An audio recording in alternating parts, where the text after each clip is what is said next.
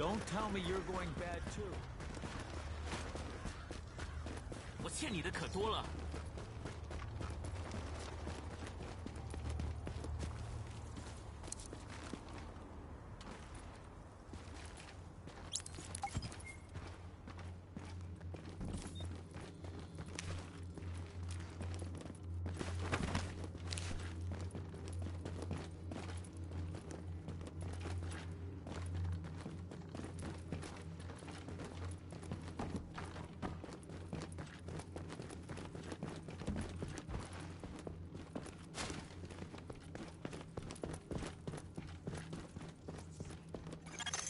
Active echo beacon detected.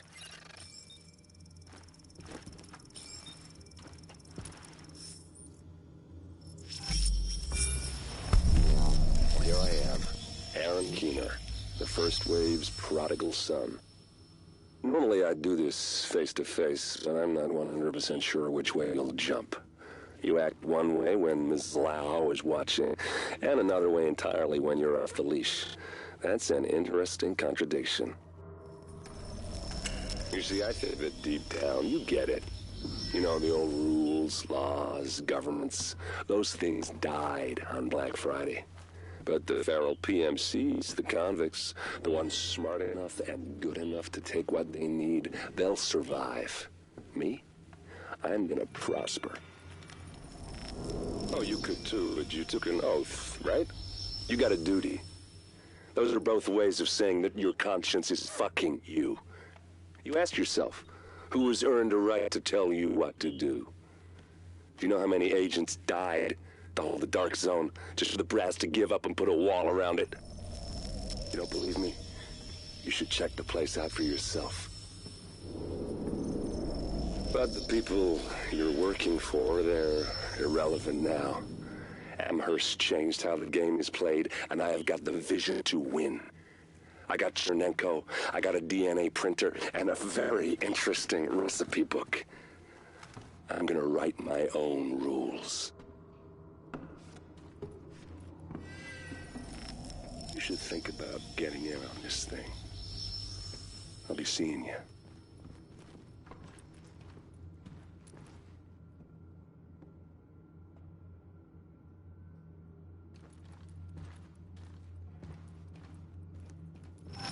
Agent, the information you found in that lab was the crown jewel.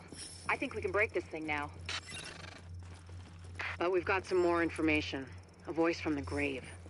Listen to what Amherst has to say.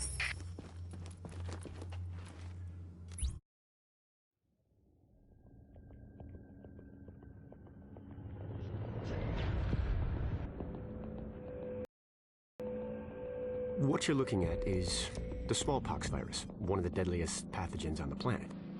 For centuries, it did a wonderful job of helping keep the human population in check. But times change, and sometimes Mother Nature needs a hand in improving her creations.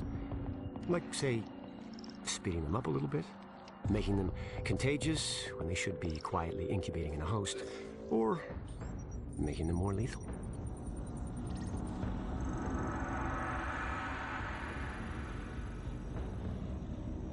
I didn't come up with the approach on my own. My friend Vitaly is one of the pioneers in the field, and the idea has been around for years. Genome as data. You see, once we digitized DNA, we made it infinitely mutable. We could do 1,000 virtual variations in the time it used to take to grow a one-lab-grade generation of pathogens. And we could pick the best, most lethal combinations and make them real. That's how you make a killer virus, you see. Mix in genetic code from other diseases, and you move the sliders all the way up on lethality and virulence. The goal was a 90% mortality rate. I'm not sure my green poison is going to quite hit that, but honestly, that's just details. As long as most of humanity goes, the Earth stands a fighting chance. Technically, technology is what's killing the planet. But that's not really the case. It's the greed that drives the technology. But a funny thing happened on the way to $100 genome maps and 3D printed plastic toys. someone figured out those technologies could be repurposed, modified for the greater good. Me. Now, my virus is going to do what nature's always done. Decide who lives and who dies. And if nature decides I die, then I die. If nothing else, I'll have a lot of company.